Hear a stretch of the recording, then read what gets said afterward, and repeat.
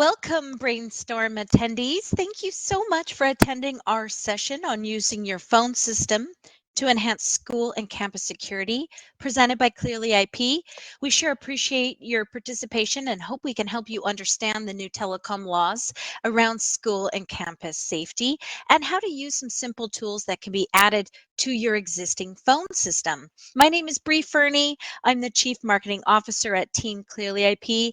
I'll be walking you through a presentation. I'm so sorry I couldn't be there in person and I'm missing all the fun, but Tony is with you in person today, our CEO, and he'll be conducting a live in-depth demonstration after my recorded presentation. I've been in the telecom industry since around 2001, so well over 20 years. So I've been around since on-premise PBXs and analog lines or PRIT1s to the transition to VoIP and on-premise IP PBXs with SIP trunking, and then the pivot to IP-based platforms in the cloud. I'm an expert in AAS as a service model and also in unified communications as a service, and I'm really passionate about our subject matter today and protecting everyone, especially in our schools. For today's session, we will start with an introduction, define what constitutes an emergency, then we'll cover E911, current telecom laws, some tools, and then a live demo of these tools with Tony. With the new telecom laws to help better protect schools and campus security, IT network and telecom managers of these organizations really need to be aware of these laws, the deadlines, and options to be compliant. This session will include an educational overview of the three telecom laws, the dates introduced, and compliance deadlines, along with the different methods and options to protect schools and be compliant. So if your organization has a multi-line telephone system, you are required to comply with enhanced 911 regulations. These regulations ensure prompt emergency response for all 911 calls made from a device on your network. So this session will educate network and telecom administrators on how to utilize the phone system to enhance school and campus security. It's going to include a live technical demonstration with Tony, which will be provided on the silent intercom solution, a classroom design panic button, and an emergency alerting and notification tool we call CodeX, including instructions for how to set up a callback profile, emergency announcements that you can pre-record, and expand on dispatchable location information. So this is an in-depth technical demonstration of setup and testing protocols to really ensure proper tools are put in place so that an organization is prepared for an emergency. So who is ClearlyIP? Well, let's make a quick introduction here so you know some background on our expertise. Our company was founded in 2019 in Wisconsin by the innovators behind the free PBX open source platform. So ClearlyIP has been really building since 2008 and sooner. If you look at the inception of the companies we've acquired and the combined years of experience of our founders and entire team, really. Our founders started a company called Schmooze, a company that was founded in 2008 and became the official sponsor of Free PBX, which is the most used open source telecom platform globally and often used in education organizations. So this really created the catalyst for ClearlyIP. Our founders started ClearlyIP with the intentions to carry on that legacy of building new innovation in the business telecom marketplace with all the products needed in the business telephony community. We have further expanded our reach across the globe with locations in the United States, Canada, the UK, and Australia, and staff around the world. And Tony is our company leader. He directs the company to really excel in telecom solutions that will meet any organization's needs. He is highly experienced entrepreneur with a significant background leading, building, and pioneering new technology to the marketplace, like the solutions we're going to talk about today to help education organizations with improved emergency alerting and monitoring platforms. Tony led the development of these products with a deep passion for keeping schools safe. So what do we mean when we talk about emergencies? Emergencies that constitute having a pre-planned action plan. Typically, what I'll be covering today are those things that authorities need to be alerted for that constitute an emergency, like things we tend to think of first as the most common emergencies. For example, act of violence, a school shooting potentially, or maybe a fire, or weather or other natural disasters like earthquakes or a hurricane, and of course, utility failures or outages. Some of the less common emergencies are infectious disease. Well, maybe not so less common. We're all familiar with this one with the COVID pandemic.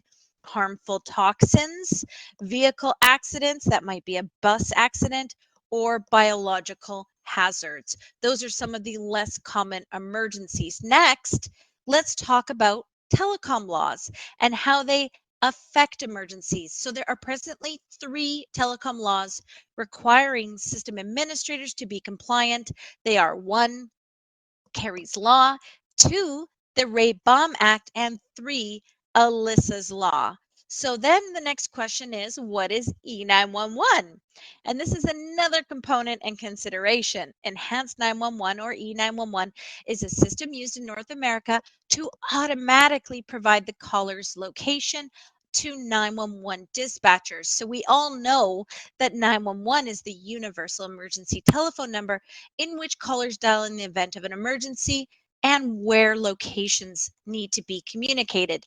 So the 3 main telecom laws are concerning enhanced 911. As mentioned, the 3 laws are in effect in the United States in connection with 911 that every telecom system administrator really does need to know.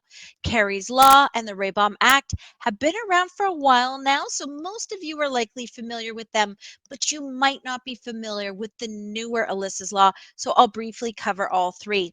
In the last few years, Carey's Law and the Ray-Baum Act have been passed, are now fully in effect for VoIP service providers, and Alyssa's Law is the latest addition to E911. And while it is currently only in 3 states now, it's actually being added to 3 federal bills and is pending in many other states at this time. So bottom line, if you are a business telecom provider or a customer education school system administrator, let's say of a school or campus or really any multi-room education organization, then you need to be compliant with these laws. And although these laws are currently for new system installations, it also should and could be addressed for your existing phone system installations to ensure you can protect your people. So first up is Carey's Law, named after a woman named Carey Hunt, whose estranged husband assaulted her at a hotel in Marshall, Texas. Her daughter, who was 9 at the time, attempted to call 911 4 separate times from her hotel room phone. But because the phone system required a 9 to access an outside line before a phone number is dialed, all of her calls to 911 failed. Doctors actually testified that Carey lived for some time after the assault, and had 911 been reached, she would likely still be alive and with us today.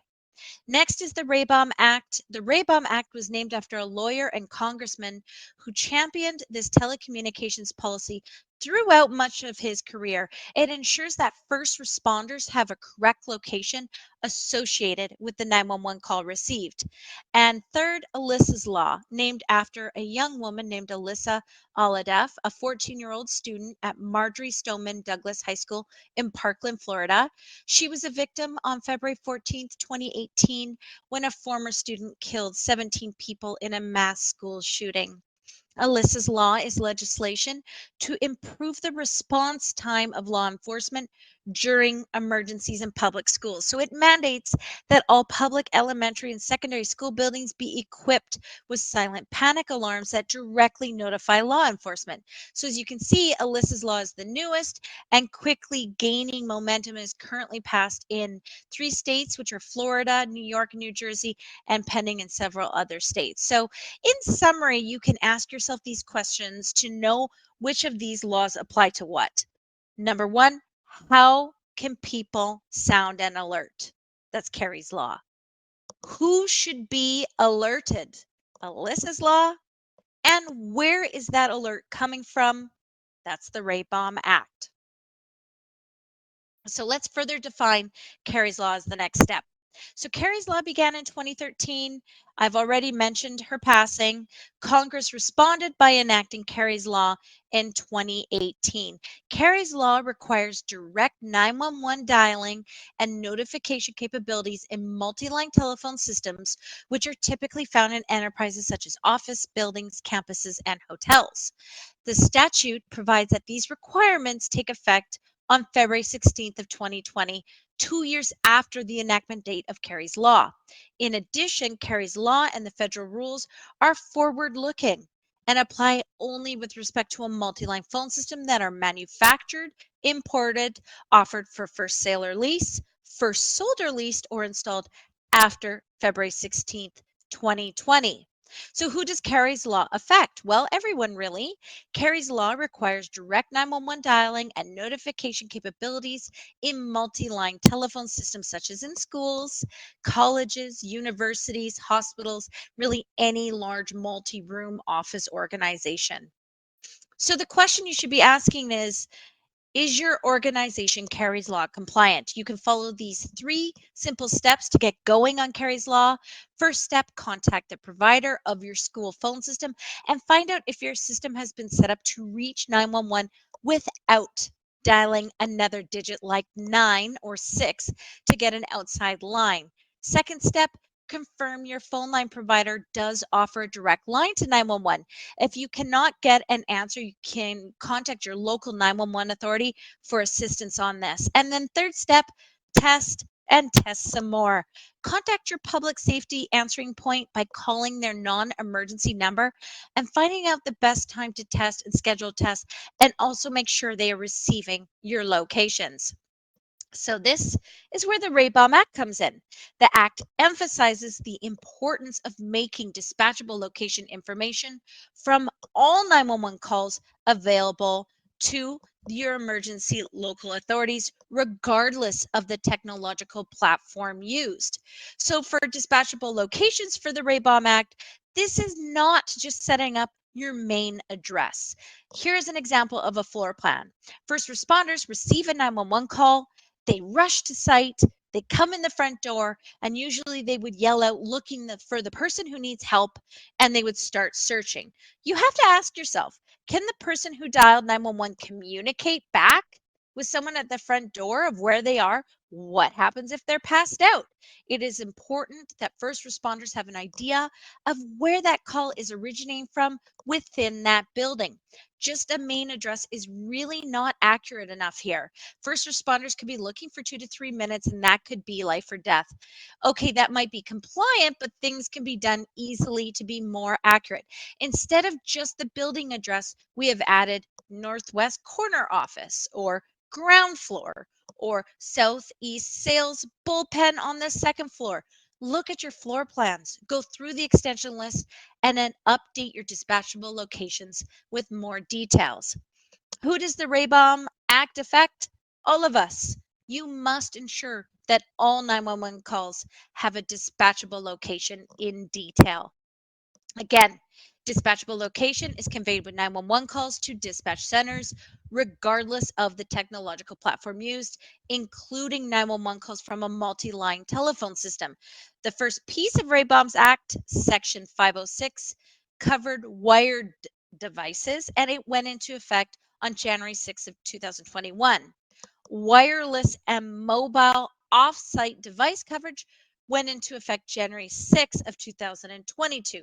So what do you need to do to be compliant? Well, I've broken it down into 4 steps. Step 1, gather the information. Get your updated emergency locations for teachers, employees, and students. Step 2, address both fixed and mobile services used by employees and develop an implementation plan. Step 3, update your phone system. And then last step 4, test your endpoints and ensure the correct emergency information is conveyed.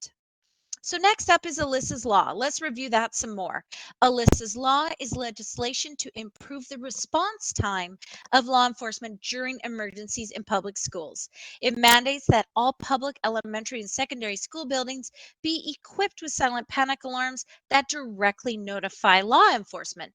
Why was it started? We went over that, but It was Alyssa's mother, Lori. She founded a nonprofit organization. It's called Make Our Schools Safe, MOSS, MOSS, which is aimed at providing safety features tailored to the specific needs of schools in memory and honor of her daughter. So, with her help, the legislation was expedited in the wake of the tragedy, and the final version of the law was named in Alyssa's memory. Where is it currently in effect? Well, Alyssa's law has been passed in New York, New Jersey, and Florida. Petitions have been started to ensure Alyssa's law gets passed at the national level. So it's coming fast, and it's pending in 6 other states at the moment: Nebraska, Arizona, Texas, Virginia, Oregon, and Georgia. So let's move into what's your school organization's emergency preparedness plan. So communication is key. So before we dig very deep into how some of our proposed solutions work, let's cover emergency management and planning basics. In a crisis, seconds matter. Being able to communicate simple commands during an emergency quickly can mean the difference between life and death.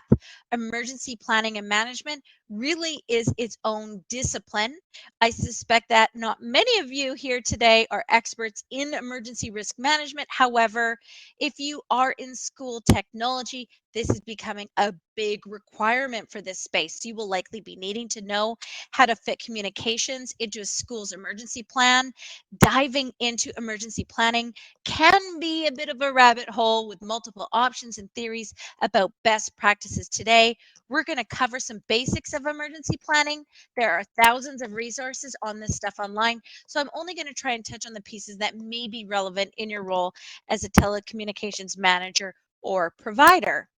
So emergency preparedness means having a system to tackle 4 components: prevent, prepare, respond, and recover from emergencies caused by natural disasters and man-made events such as violent incidents. So if you look at the thousands of examples online of segmenting your emergency plan, most plans segment activities into 4 components: prevent, prepare, respond, recover. So our CodeX platform is going to fall into the prepare and respond components of emergency planning, which Tony will get into shortly here. You will be assisting in preparing communication plans before any emergency situation, so that when an emergency happens, an almost automated response mechanism is set off to help protect life and property. So prevention is not currently a part of our solutions or specifically our CodeX platform. Our CodeX is part of the mitigate and prevent quadrants of emergency planning. Things in this section are things that I know many of you likely are implementing today, things like access control or visitor management systems. I've also seen quite a few customers installing health and wellness monitoring systems to check temperatures as such in the wake of the pandemic. So our Codex platform does none of that today, but it's an excellent solution to complement these technologies. We have a couple of solutions that we launched as well that I don't think we've done a great job talking about to education system administrators that fall into this prevent and mitigate category. Those are going to be our silent intercom and panic button hardware. I want to stay on the emergency planning for now, and then I'll get to the solutions. So going back to your emergency plan, moving on to the prepare quadrant, preparedness helps mitigate the potential for emergencies to become disasters. So there's a massive difference between emergency and disaster in the framework of response and recovery.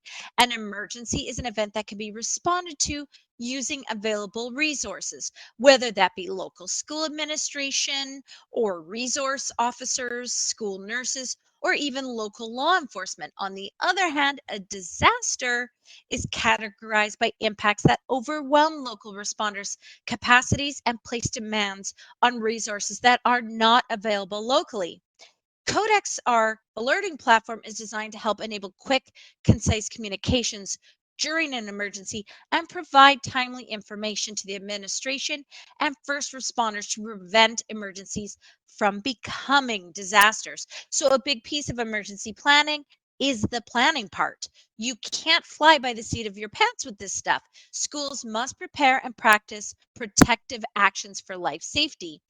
Plan should define each hazard's most appropriate protective action to ensure teachers and students' safety and others within the building. Determining how you will warn building occupants to take protective action, well, our platform CodeX is perfect for this. You can develop protocols and procedures to alert first responders, including public emergency services, trained employees, and management. Identify how you will communicate with management and employees during and following an emergency. I mean, you don't want 200 classrooms calling 911 all at the same time. As a telephone installer, this typically or historically isn't in your scope to plan and cover. Still, with various legal requirements, such as the laws we covered, Carrie's Law and the Ray Baum Act, and depending on your location, Alyssa's Law, which you may not have heard about until today, this law will require you to deploy panic buttons with direct access to first responders. These are areas where you're going to need to be involved to not only help ensure that the phone systems you are deploying are legal and meet the requirements of these new laws, but are also implementing the best safety measures available. Next is the respond quadrant. So after you've planned and prepared, next comes the action when emergency happens. 15 seconds after school principal is notified of an emergency circumstance should not be the first time student bodies and teachers hear any type of lockdown notification. Administrators should conduct evacuation, sheltering in place, hold in place, and lockdown drills so all employees, teachers, students, and visitors will recognize the sounds and alerts used to warn them. They will then know what to do. As a telecom manager, you will want to work with the school to define options and procedures for implementing and testing and practicing these plans and procedures. You will want to ensure your personnel are familiar with the program and identify any gaps or deficiencies of the system or your configuration during testing. So when it comes to respond to a threat or incident, everyone knows what to do and how to respond. So the incident in mind when we initially developed our CodeX platform was the lockdown scenario, as this is typically the primary driver of inquiries we see in the education space outside of demand driven by the pandemic, with schools needing to enable flexible work from home solutions for their teachers and their administrators. We're also seeing a lot of school RFPs coming in from our channel partners that are requiring communication solutions for the lockdown scenario. An act of violence in a school, religious gathering, or the workplace could occur without warning, and unfortunately does happen and has happened. One thing to note here is that just because this is a large driver of recent purchasing behavior in the education space, we are not trying to monopolize or sell in the fear of active shooters. We've also asked all of our channel partners to not go in that direction when marketing these type of solutions. We're attempting to provide valuable solutions to expand on the school's new and existing phone system capabilities to cover this need. It is a need. So we're not chasing ambulances or trying to publicize any particular incident for monetary gain. Actually, Codex wasn't even on our roadmap until we were reached out by a school system that needed to implement such a solution in their emergency plan. With that in mind, a lockdown's primary goal is to quickly take actions within the school building to protect students and others from harm. The ultimate objective is to secure and account for all students, staff members, and visitors, and coordinate with law enforcement. So, step by step, from an end user perspective, let's say an administrator or school principal determines that there's a cause for a lockdown. Maybe someone hit a panic button, or maybe a 911 call was made through our ClearlyIP SIP trunking platform, let's just say, and immediately notified them about. They can quickly put the power of our Codex platform to work in their emergency response. The principal will dial a predetermined code or maybe an extension number to implement a response to a specific type of emergency situation. So on our Codex platform, I recommend you make these codes easy to remember, or with your extensions, it should spell out something on the phone keypad. For example, 5626 spells lock on the keypad, or 4653 spells hold, and so on. Once the call is placed, they would then enter a PIN code to start a CodeX event on the phone system. I know this might sound a little complicated, but Tony's going to show you all how this works. And that CodeX events can be started at the click of a button if they're logged in to the PBX user control panel.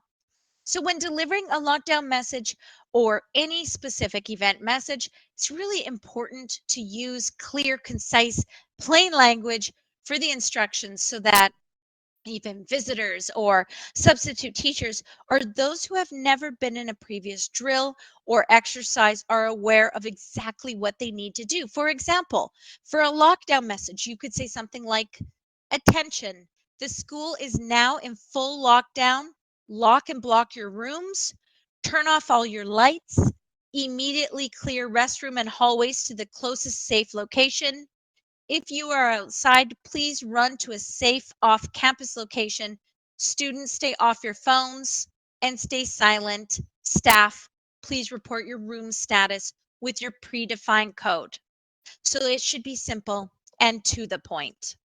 Once the lockdown message is delivered, since everything here can be automated, the school principal or administrator or the designate can immediately jump on a call with 911 or whatever the emergency number may be in your region. They or whoever is assigned during the planning phases as an incident commander can then view our CodeX application to view any reported statuses of each defined location. Are they marked safe? Are they marked unsafe? Have they not reported in? They can also resend announcements and manually mark areas safe or unsafe using the application, all while communicating and coordinating updates directly with first responders, accomplishing the goals and objectives of a lockdown with tools that can be provided with our CodeX platform. So let's touch on these solutions, and then I'm going to hand things over to Tony, and hopefully it'll show you it can really improve your school or campus security. The three solutions I've been talking about are our panic button, our CodeX platform, and our silent intercom solution. They work with the open source platform FreePBX, commonly used in schools, or with our ClearlyIP Business Connect platform, on-premise or cloud-based. I believe Tony's presentation will be using the FreePBX platform today. So let's start with the silent intercom solution. ClearlyIP has created silent intercom, a system that allows school administrators to simply activate a classroom desk phone and enable the microphone remotely. This is done without any lights or notifications on the phone itself, allowing school staff to remotely monitor a situation status in a classroom. This functionality can also be mapped to a speed dial on the phones themselves, enabling a discrete panic button type option using the speed dial buttons on the phone itself. Next is our CodeX platform. So I've briefly mentioned it in going over your preparedness plan and some different options there. CodeX is an emergency notification alerting and management add-on for free PBX-based phone systems and our ClearlyIP Business Connect platforms.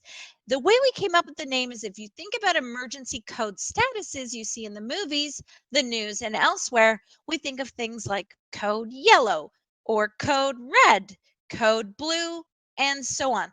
So since this add-on is designed to be very configurable, we use the name code X as you can define the urgency of any specific emergency event that you're building a responsive template for. CodeX is engineered as an add-on to work with your phone system. So you can use this as an add-on for an appliance that you maybe buy from us, or a compatible system you've installed yourself, or as an additional feature if you're using either FreePBX or a Business Connect on-premise or hosted platform today. So why do organizations need CodeX? Well, hopefully we all know by now why. I'm going to hit on some of the features of CodeX real quick. And like I mentioned, Tony will do the live demo in a few minutes here and go much more in depth. So first, CodeX provides a dashboard that allows administrators to quickly send out pre-recorded announcements across their campuses. Classrooms and offices can report back on their status, allowing a quick view of each location's status being monitored. This can be very valuable for directing first responders or establishing timelines during an emergency. During an emergency, the last thing you want to do is cause panic. By pre recording announcements, the administrator can choose which notification to send and not worry about how it sounds or delivering a clear message under pressure. Additionally, administrators can review reports post event to assist in the recovery of the situation and learn things that they could do better next time or find areas for improvement during drills and exercises. And our panic button is a great add-on device that allows easy access to activate in the event of an emergency. And the panic button is compliant with Alyssa's law. It can be placed in classrooms as a discrete panic button that can be pushed in the event of an emergency. Again, Alyssa's law is legislation to improve the response time of law enforcement during emergencies in public schools, and it does mandate that all public elementary and secondary school buildings be equipped with silent panic alarms that directly notify law enforcement. So briefly, as I stated before, in a crisis, seconds matter. So by combining CodeX with the panic button and silent alert solution, you are starting to have a total telecom solution. This button connects to a ClearlyIP phone and instantly dials a designated number when pressed and plays a pre-recorded message to the recipients. So after the message is played, the phone's microphone is set to transmit only, allowing the recipients to hear anything happening around the phone. Most importantly, this is all done without any indication that the phone is on or even connected to a live call. So that is enough of my presentation. I'm excited to hand things over to Tony. He's going to give you a live demonstration on how these three pieces work and allow you to offer your schools a total telecom solution and be more prepared in the event of an emergency. Thank you so much. Have a wonderful day.